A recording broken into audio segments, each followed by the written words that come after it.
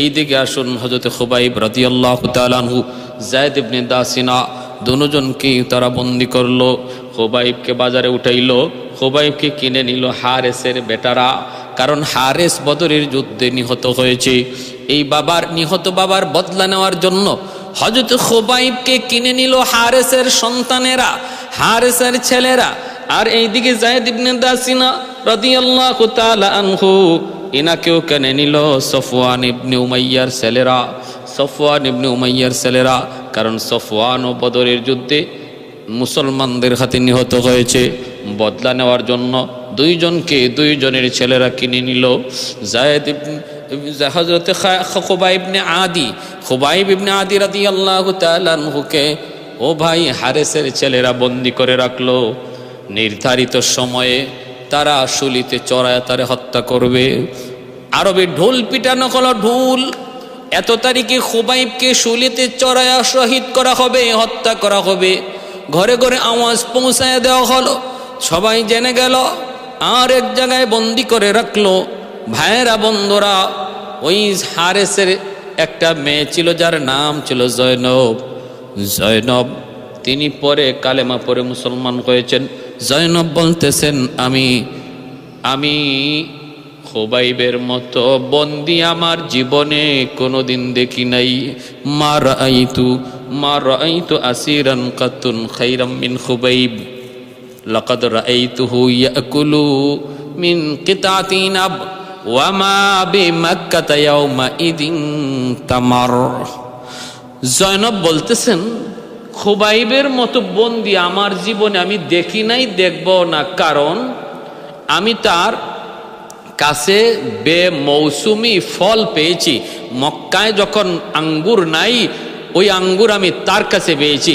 মক্কায় যখন খেজুর নাই, সেই খেজুর আমি তার কাছে পেয়েছি। মক্কায় যেই ফল জন্মই নেয় না, ওই ফলও আমি খুবাইবের কাছে পেয়েছি। অতএব আমার ধারণা ওমা কানা ইল্লা রিজকুন রাযাকাহুল্লাহ, এটা কোনো দুনিয়ার রিজিক নয়। আমার বিশ্বাস এটা আল্লাহর দেওয়া রিজিক। সুবহানাল্লাহ। হযরত মরিয়ম আলাইহিস সালামের কাছে জাকারিয়া আলাইহিস সালামও বেমৌসুমি ফল দেখেছিলেন আর বলেছিলেন, মরিয়ম আন্না লাকি হাযা, কেমন করে এই ফল তোমার কাছে? তিনি বলেন এটা আমার আর হুয়া মিন ইনদিল্লাহ, আমার আল্লাহর পক্ষ থেকে। হযরত খুবাইব রাদিয়াল্লাহু তাআলা আনহুর কাছেও আল্লাহর পক্ষ থেকে আসমানি ফল আল্লাহ পাকের পক্ষ থেকে তার কাছে দেওয়া হলো। ভাইয়েরা বন্ধুরা, ওই অবস্থা হযরত জয়নব বলেন, একদিন আমার একটা ছোট্ট বাচ্চা যাইতে যাইতে খুবাইবের কাছে চলে গেছে। অথচ খুবাইবের কাছে তখন একটা খুর ছিল, যে খুরটা সে আমার কাছ থেকে চেয়ে নিছে যেন পরিষ্কার হয়। আগামীকাল তারে শহীদ করা হবে, আগামীকাল তারে শুলিতে চড়ানো হবে। এখন যেন সে পাক ও পবিত্র হতে পারে, অতিরিক্ত পশম যেন কাটতে পারে। সেই খুরটা আমি তার হাতে দিয়েছি। আর কিছুক্ষণ পরেই তাকে দেখে আমার বাচ্চাটা তার কুলে বয়ে রয়েছে আর হাতে খুর। আমি তো ভয়ে কেঁপে গেলাম, কারণ একজন বন্দি, তার হাতে খুর, আর ওই অবস্থায় তার কোলে একটা বাচ্চা। সে যদি বাচ্চাটার গলায় এই খুর দইরা বলে আমাকে এখন মুক্ত করো, নতুবা এই বাচ্চাকে আমি হত্যা করে ফেলবো, তাহলে আমরা বিপদে পড়ে যেতাম, চরম বিপদে পড়ে যেতাম। আমি অবাক হয়ে গেলাম, আমি হতাশায় পড়ে গেলাম, আমার চোখগুলো বড় বড় হয়ে গেল। খুবাইব বুঝতে পেরে বলতেছেন, জয়নব ভয় পেও না, আমরা আল্লাহর নবীর হাতে গড়া সাহাবী, আমাদের কাছে আদর্শ রয়েছে। যুদ্ধের ময়দানেও আমরা শিশুদের গায়ে হাত দিই না, যুদ্ধের ময়দানে আমরা নারীর গায়ে হাত উঠাই না। এটা ইসলাম আমাদেরকে শিখাইছে, আমার নবী আমাদেরকে এই কথা শিখাইছে। তুমি ভয় পাচ্ছ তোমার দুধের বাচ্চার বুঝি আমি কিছু করব না, এমনটা মনে করো না। মুসলমান জীবনের এতটা পরোয়া করে না যে জীবন বাঁচানোর জন্য একটা দুধের বাচ্চাকে সে পণ হিসেবে ধরবে। এই আদর্শে মুসলমান বিশ্বাসী নয়। আর হাজিরিন, পরের দিন হযরত খুবাইব রাদিয়াল্লাহু তাআলা আনহুকে শুলিতে চড়ানোর জন্য মক্কায় ঢোল পিটায় বলে দেওয়া হলো। ওই ঢোল পিটানোর মধ্যে সমস্ত মানুষ জানলো ধরে নিয়ে যাওয়া হচ্ছে, নির্ধারিত জায়গায় শুলিতে চড়াবে। আর ভাইরা মক্কার মানুষ তারাও এইভাবে কি করতেছে, যাইতেছে আর খুবাইবকে কেউ মারতেছে, আঘাত করতেছে। নির্যাতনের এমন কোনো মাত্রা আর বাকি ছিল না যা হযরত খুবাইব রাদিয়াল্লাহু তাআলা আনহুর উপরে করা হয় নাই।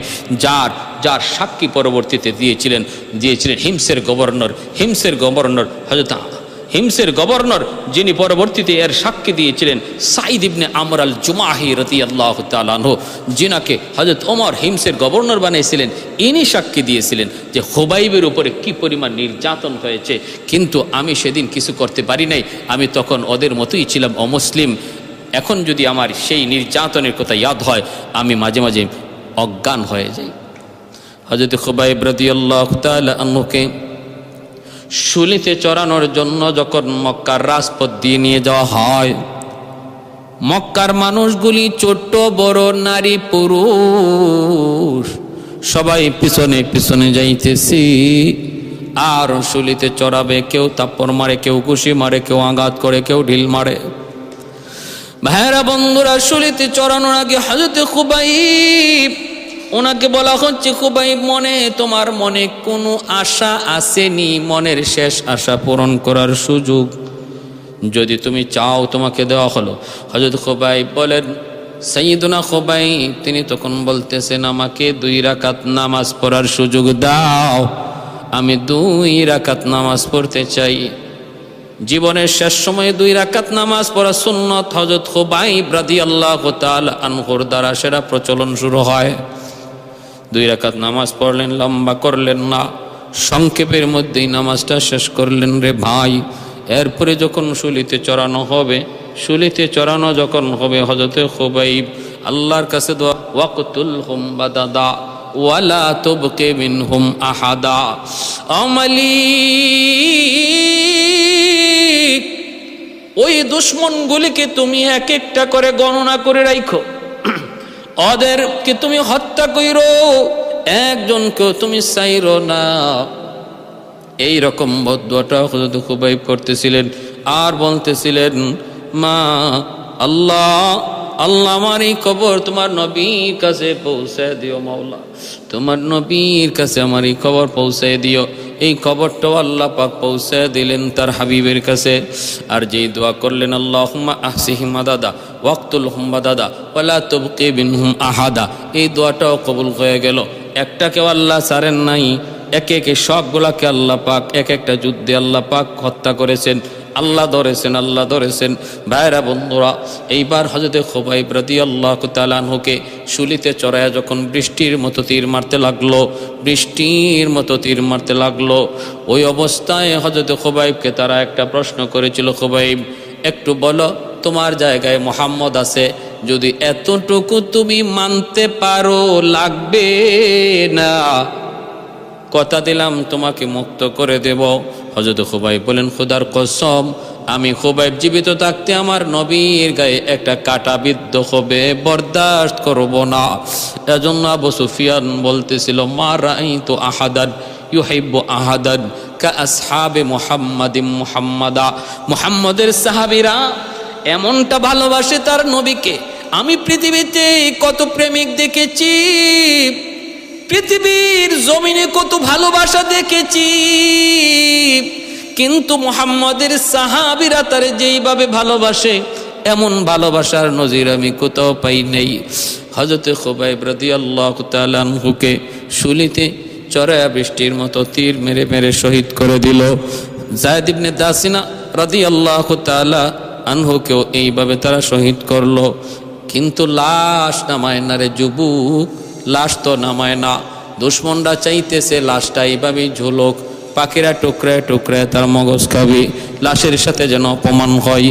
এই নিয়তে অপমান করার জন্য ওই শুলিতে চড়ানো অবস্থায় তার লাশটাকে রেখে দিল। 1 দিন 2 দিন 3 দিন হয়ে যাচ্ছে। আল্লাহর নবী, তিনি তো আল্লাহর পক্ষ থেকে খবর পেয়ে গেছেন। নবী বলতেছেন, সাহাবীরা রে, কে আছো এমন? আমার খুবাইবের শহীদ হওয়ার পরেও বেঈমানরা তার সাথে নির্যাতন করতেছে। দেহটা এখনো শুলি থেকে নামায় না, ওই শুলিতেই রেখে দিয়েছে, পচন গলন ধরে গেছে। কে আছো এমন? পাখিরা টুকরায় খাবে। আমার সাহাবী খুবাইব ইবনে আদির সাথে এত বড় অপমানজনক কাজ সওয়া যায় না, সহ্য করা যায় না। কেউ আসুনি এমন, জীবনের রিস্ক নিয়ে সেই খুবাইবের লাশটাকে সেখান থেকে নিয়ে আসবা, আসুনি কেউ এমন? হযরত আলী রাদিয়াল্লাহু তাআলা আনহু, হযরতে মিকদাদ রাদিয়াল্লাহু তাআলা আনহু দুজন দাঁড়ায় গেলেন। নবী বললেন, ঠিক আছে যাও, কিন্তু আলী সর্বদা নিজের জানের দিকে খেয়াল রাখো। যদি তুমি বুঝো নিজে বিপদে পড়ে গেছো, তখন নিজেকে বাঁচানোর ফিকির কইরো। যাও, আমি নবী তোমাদের জন্য দোয়া করলাম। দুজন রওয়ানা দিলেন। হযরত খুবাইব রাদিয়াল্লাহু তাআলা আনহুর এই জ্বলন্ত লাশটাকে তারা দুশমনদের চোখে ফাঁকি দিয়া চুরি করে নিয়ে আসবেন হেফাজতের জন্য। পাহাড়ের আড়াল থেকে আলী তাকায় দেখতেছেন পাহারাদার দাঁড়ায় আছে। পাহারাদার দাঁড়ায় আছে দেখতেছেন হযরত আলী রাদিয়াল্লাহু তাআলা আনহু সাথীকে বলতেছেন, একটু অপেক্ষা করো, একটু ধৈর্য ধরো, আমাদের দেখতে হবে পাহারাদারগুলি কখন তারা ঘুমায় পড়ে, পাহারাদারগুলি কখন তারা ঘুমায় পড়ে, একটু কখন অচেতন হয়, ওই সুযোগটাকে আমরা কাজে লাগাবো। পাহারাদারগুলির দিকে নজর, শেষ সাথের দিকে দেখতেছেন পাহারাদার একটু ঝিমুনি ঝিমুনি ভাব, ওই ঝিমুনি ঝিমুনি ভাব। এই অবস্থাটা দেখা মাত্রই আলী রাদিয়াল্লাহু তাআলা আনহু সাথীকে বলেন, মিকদাদ, আর দেরি করা যায় না, চলো এবার সামনের দিকে আগাই, চলো সামনের দিকে আগাই। এই বইলা তারা সামনের দিকে আগাইলেন। ভাইরা বন্ধুরা, সামনের দিকে আগাইলেন আর বারবার শুধু দেখতেছেন কখন জানি দুশমনরা টের পেয়ে যায়, কখন জানি দুশমনরা টের পেয়ে যায়। এজন্য সামনের দিকে আগাইতেছেন অত্যন্ত সতর্ক অবস্থায়। যাইতে যাইতে কাছাকাছি চলে গেলেন। ঘোড়ার উপর থেকে হযরত আলী তলোয়ার দিয়া খুবাইবের ওই ঝুলন্ত লাশের রশিটাকে একটা কোপ দিয়া ছিঁড়ে ফেললেন। তারপরে নিজের কোলে নিয়ে সামনের দিকে দৌড় দিলেন। ঘোড়ার উপরে সওয়ার হইয়া সামনের দিকে দৌড় দিলেন। মিকদাদ তিনিও একসাথে দৌড় দিলেন। পাহারাদারগুলি টের পেয়ে গেল, সাথে সাথে পিছু নিল, তারাও পিছনে নিল। বৃষ্টির মতো তীর মারতে লাগলো দুশমন, বৃষ্টির মতো। সামনের দিকে আলী আর মিকদাদ।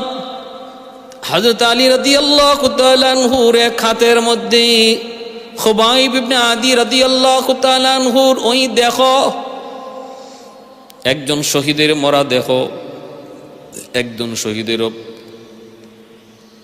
শহীদের ওই দেখো, যেই দেহটাকে মনে করি আমরা মৃত, কিন্তু আল্লাহ বলেন মৃত নয়।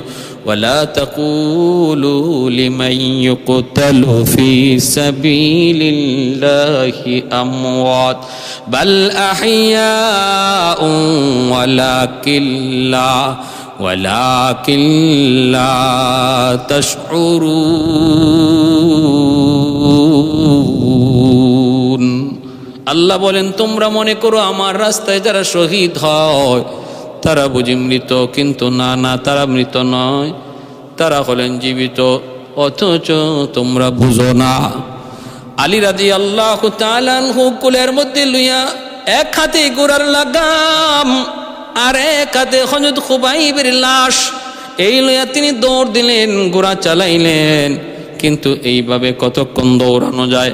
পিছনের দিকে দুশমন, তারা তো ঘোড়ার উপরে সওয়ার হইয়া পিছনের দিকে ধাওয়া করতেছে, সামনের দিকে আগাইতেছে। ভাইরে, এবার একটু খেয়াল করে শুনুন ঘটনাটা কি ঘটল। হযরত আলীকে আল্লাহর নবী বলেছিলেন, আলী যদি বিপদ দেখো তবে নিজের জানের কথা চিন্তা কইরো। আলীকে আল্লাহর নবী তো ইশারা দিয়া দিছিলেন। হযরত আলী এবার মনে মনে ভাবলেন, আমি এই মুহূর্তে যদি খুবাইবের দেহটাকে নিজের থেকে না ফালাই, তাহলে ওরা আমার পিছন ছাড়বে না, এমনকি তীরের আঘাতে আমারও মৃত্যুবরণ হইতে পারে, আমিও শহীদ হইতে পারি। আল্লাহর নবী সাহাবে হযরত আলী রাদিয়াল্লাহু তাআলা আনহু তখন দুশমনদেরকে দেখাইয়া খুবাইবের দেহটাকে নিজের হাত থেকে ছেড়ে দিলেন। পিছনে দুশমনরা দেখতে পেল আলী হাতে থাকা ওই দেহটা ফালায়া দিছে। এরাও সামনের দিকে আসতেছে, আলীও সামনে চলে যাইতেছেন, আর দুশমনগুলা খুবাইবের দেহর কাছাকাছি আসতেছে, কারণ এটি তো মাটিতে ফালায়া দিছেন। দুশমন দেখতেছে মাটিতে ফালানো দেহ মাটিতে পড়ার আগেই আল্লাহর হুকুমে ওই মাটি আল্লাহর হুকুমে ফাঁক হয়ে গেল। সুবহানাল্লাহ। হযরত আলী রাদিয়াল্লাহু তাআলা আনহু নিজের কুল থেকে যখন দেহটারে ফালাইবেন দোয়া করেছিলেন, মালিক জানি না কেমন করে তোমার নবীর সাহাবীর দেহটা হেফাজত হবে। আল্লাহ আমার দায়িত্ব যদ্দূর ছিল আমি আদায় করেছি, এইবার বাকিটা তোমার কাজ মাওলা, তুমি হেফাজত কইরো, তুমি সংরক্ষণ কইরো। এই বইলা দেহটাকে ফালানো মাত্রই আল্লাহ জমিনকে আদেশ করলেন, রে জমিন তাড়াতাড়ি করে তুমি ফাঁক হয়ে যাও, কবর হয়ে যাও, আমার খুবাইবের দেহটা তোমার মধ্যে তুমি গিলে ফেলো। আর তোমার ভিতরে যাওয়া মাত্রই তুমি মাটি আগের মতোই চাপা দিয়া আগের মতো উপরে মিলে যাও, নিচের দিকে কবর উপরের দিকে মিলে যাও, যেন দুশ্মন আমার খুবাইবের দেহ নিতে না পারে। দুশ্মন নিজের চোখে দেখলো আলী দেহটা নিতে পারে না, ওই দেহটা আলী ফালায় গেল, কিন্তু দেহ তারা ধরতে পারে নাই, খুবাইবের দেহ তারা ধরতে পারে নাই। ধরার আগেই জমিন নিজের পেটে আশ্রয় দিয়ে দিল, আমানত হিসেবে গ্রহণ করে নিল। ডরতে নেহি দুনিয়া মে মুসলমানों के से, डरते नहीं दुनिया में मुसलमानों किसी से, जब मिल गई है दौलत ईमान नबी से, जब मिल गई है दौलत ईमान नबी से।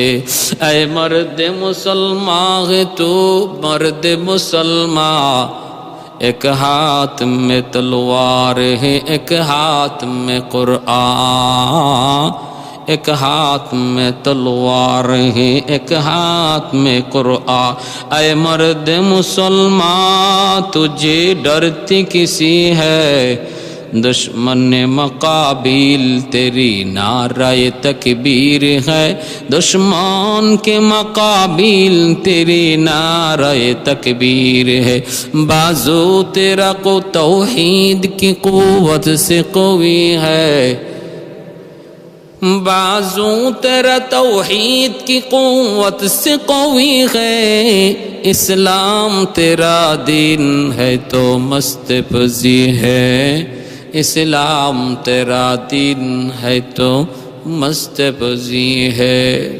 মক্কার মুশরিকের দল আমার নবীর কাছে আসলো, আয়েশা ষড়যন্ত্রমূলক তারা বলতেছে, মুহাম্মদ আমাদের কাছে নবীকে কয়েকজন আলেম সাথে দিয়ে দেন, যারা ইসলাম সম্পর্কে ধর্ম সম্পর্কে তারা ভালো জানে, এমন কয়েকজন কারি এমন কয়েকজন আলেমকে আমাদের সঙ্গে দিয়ে দেন, কারণ আমাদের এলাকার মানুষ তারা ইসলাম গ্রহণ করেছে, এখন দিন শিখতে চায়, কোরআন শিখতে চায়, ইসলাম জানতে চায়, এমন কয়েকজন কারি আলেমকে আপনি সাথে দিয়ে দেন। আল্লাহর নবী 10 জন কারি আলেমকে তাদের সাথে দিয়ে দিলেন, আমির বানায়া দিলেন হযরত আসিম রাদিয়াল্লাহু তাআলা আনহুকে। হযরত আসিম রাদিয়াল্লাহু তাআলা আনহুকে তিনি আমির বানায়া দিলেন।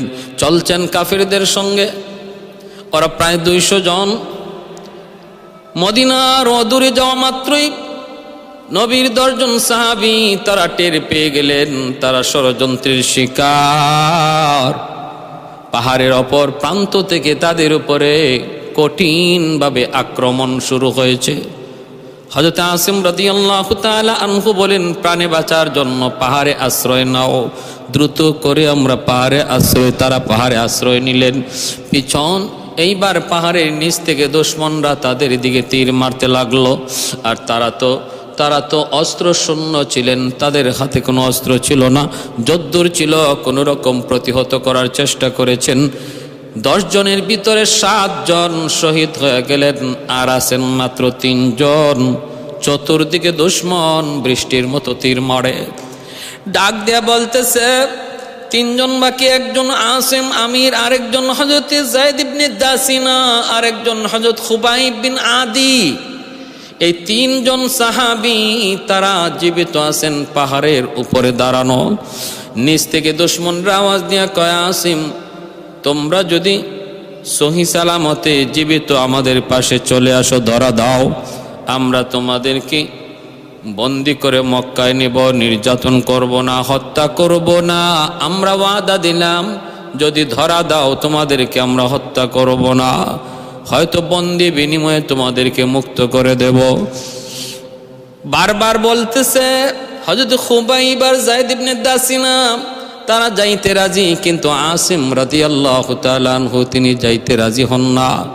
তিনি যাইতে রাজি হন না বলে, না, দুশমনের ওয়াদার উপরে বিশ্বাস নাই, ওদের ওয়াদার উপরে বিশ্বাস করা যায় না।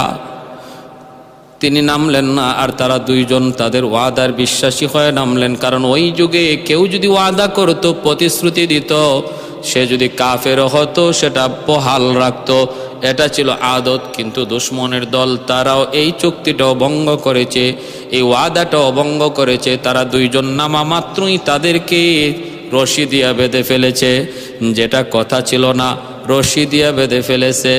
আর ভাইরা বন্ধুরা, হযরত আসিম রাদিয়াল্লাহু তাআলা আনহুর দিকে তীর মারতে লাগলো। ইনিও যদ্দূর পারেন প্রতিহত করতেছেন। এক পর্যায়ে হযরত আসিম তিনি শহীদ হয়ে যাবেন, তীরে বিদ্ধ হলেন। এইবার আল্লাহর কাছে তিনি দোয়া করতেছেন, আল্লাহুম্মা আখবির আন্না রাসূলাক।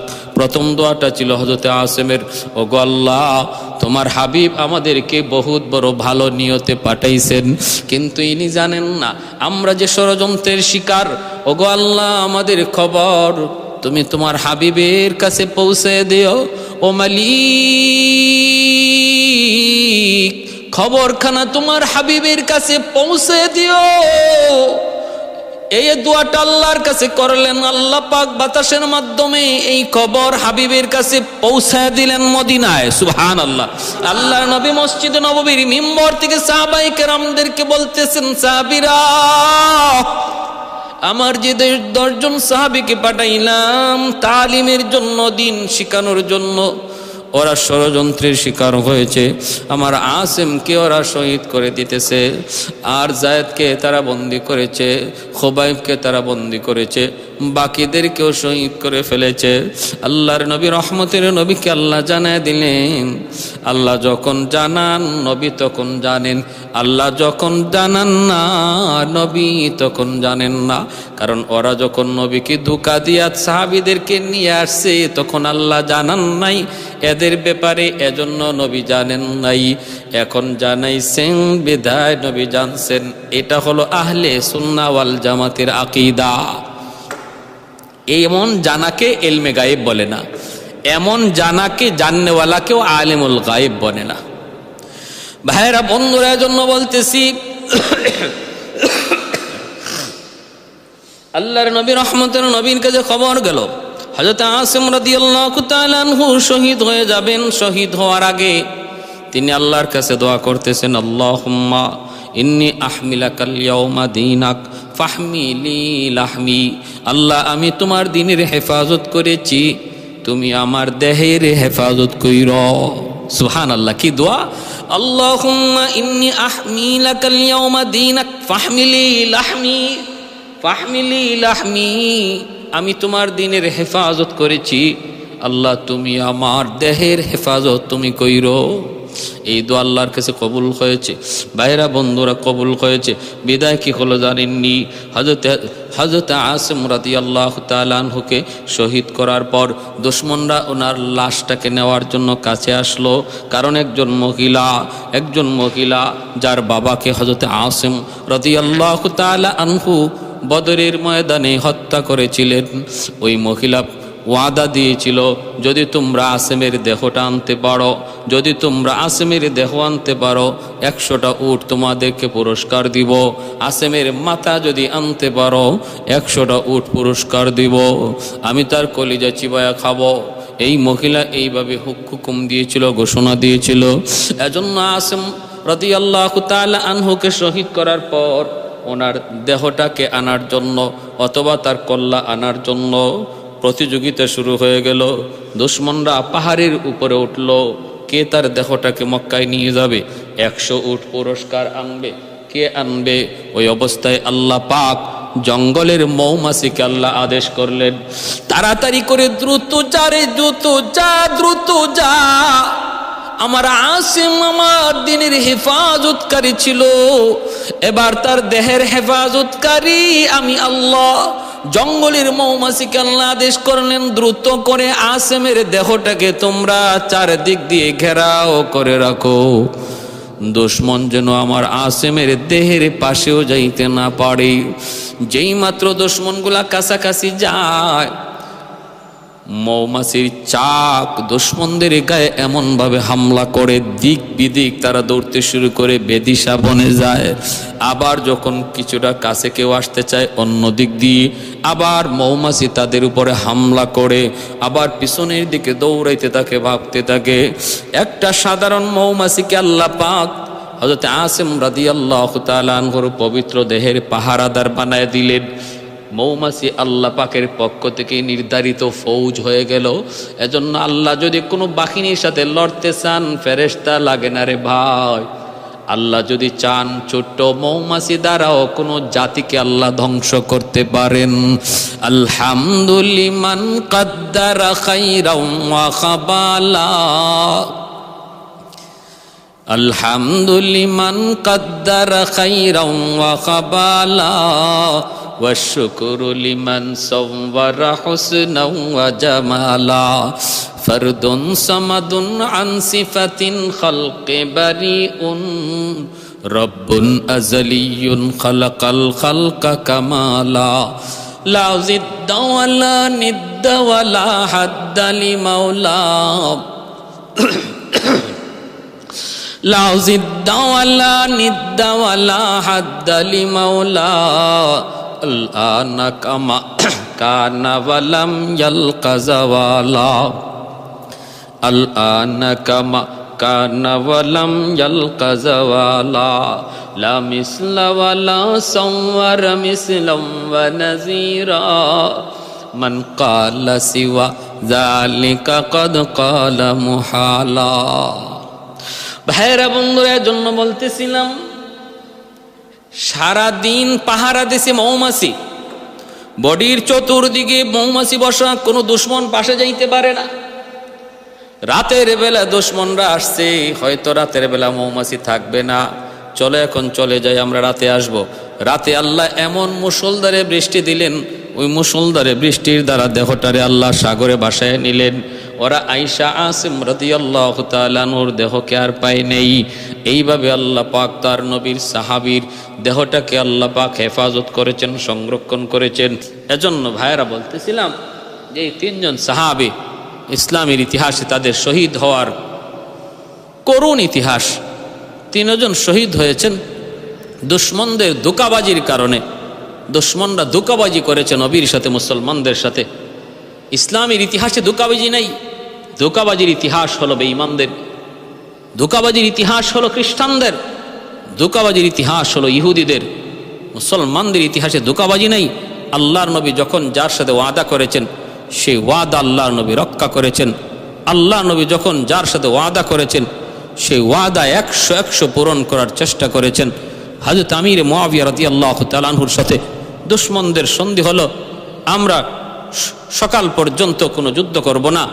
তিনি এর ভিতরেই তিনি কি করলেন, রাতের বেলা যুদ্ধ করলেন না, কিন্তু আগাইতে আগাইতে দুশমনদের সীমানার কাছে চলে গেলেন। উদ্দেশ্য হলো সকাল হওয়া মাত্রই তিনি দুশমনদের সীমানায় ঢুকে পড়বেন, তারা যেন প্রস্তুত হওয়ার সুযোগ না পায়। তাই করলেন, ঢুকে একদম দুশমনকে পরাজিত কইরা দখল করার মতো অবস্থা, সব জয় করার মতো হালতে পরিস্থিতি তৈরি হলো। ওই অবস্থায় পিছন থেকে মদিনা শরীফ থেকে যাওয়া একজন সাহাবী ডাইকা বলেন, মুআবিয়া, আল্লাহর নবীর পবিত্র জবানে শুনেছি নবীজি বলেছেন, কখনো তোমরা ওয়াদা ভঙ্গ করবা না। ওয়াদা ছিল রাতের ভিতরে আমরা কেউ কারোর সাথে যুদ্ধ করব না। যদিও যুদ্ধ করো নাই, কিন্তু যুদ্ধের উদ্দেশ্য নিয়ে সামনে আগানো, এটাও যুদ্ধের ভিতরে সামিল।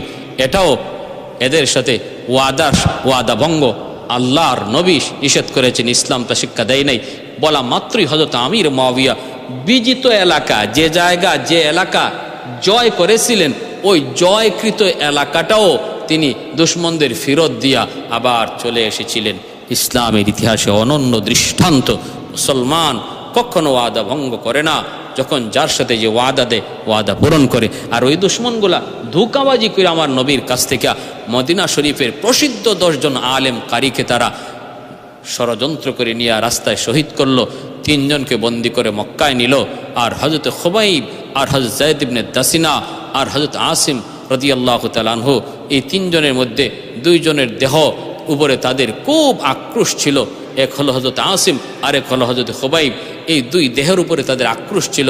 আল্লাহ ওই দুটোটা দেহকে কুদরতিভাবে আল্লাহ হেফাজত করেছেন। আসিম রাদিয়াল্লাহু তাআলা আনহুর দেহটাকে আল্লাহ হেফাজত করেছেন জঙ্গলের মৌমাছির দ্বারা। মৌমাছি পাহারা দিয়েছে সারাদিন, আর রাতের বেলা প্রচণ্ড মুষলধারে বৃষ্টির দ্বারা দেহটাকে আল্লাহ নদীতে নিয়ে দুশমনদের হাত থেকে হেফাজত করেছেন। আল্লাহ ইজ্জত রেখেছেন শহীদের দেহের।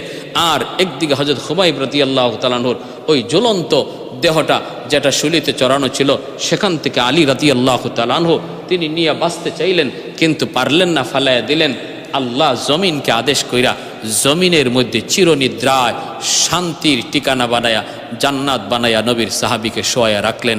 দুশ্মন তার দেহের সাথেও কোনো অপমানজনক কাজ করতে পারে নাই। অতএব ইজ্জত একমাত্র কার? আল্লাহর। ইজ্জত দেয় কে? আল্লাহ। ইজ্জত নেয় কে? আল্লাহ। আল ইজ্জত ওয়ালিল্লাহি ওয়ার রাসূলি, আল্লাহ এবং আল্লাহর রাসূলের জন্য সম্মান আর ইজ্জত। যে আল্লাহ ইজ্জত ইজ্জু মান তাশা ওয়া তুযিল্লু মান তাশা বিয়াদিকাল খাইর। আল্লাহ পাকের হাতেই ইজ্জত সম্মান, আল্লাহ পাকের হাতেই বেইজ্জতি। আল্লাহর কাছে আমরা সর্বদা ইজ্জতের জিন্দেগি চাই, আল্লাহর কাছে আমরা সর্বদা সম্মানের জিন্দেগি চাই। আল্লাহর বিধিবিধান মাইনা আল্লাহর জমিনে আল্লাহর দ্বীনকে আল্লাহ বুলন্দ করে দিন, সেই আশা ব্যক্ত রেখে আমি আমার সংক্ষিপ্ত কথাগুলা এখানে শেষ করলাম। নবী সাহাবায়ে কেরামের মতো জীবন আল্লাহ আমাদেরকে দান করুন। ওয়া আখির দাওয়ানা।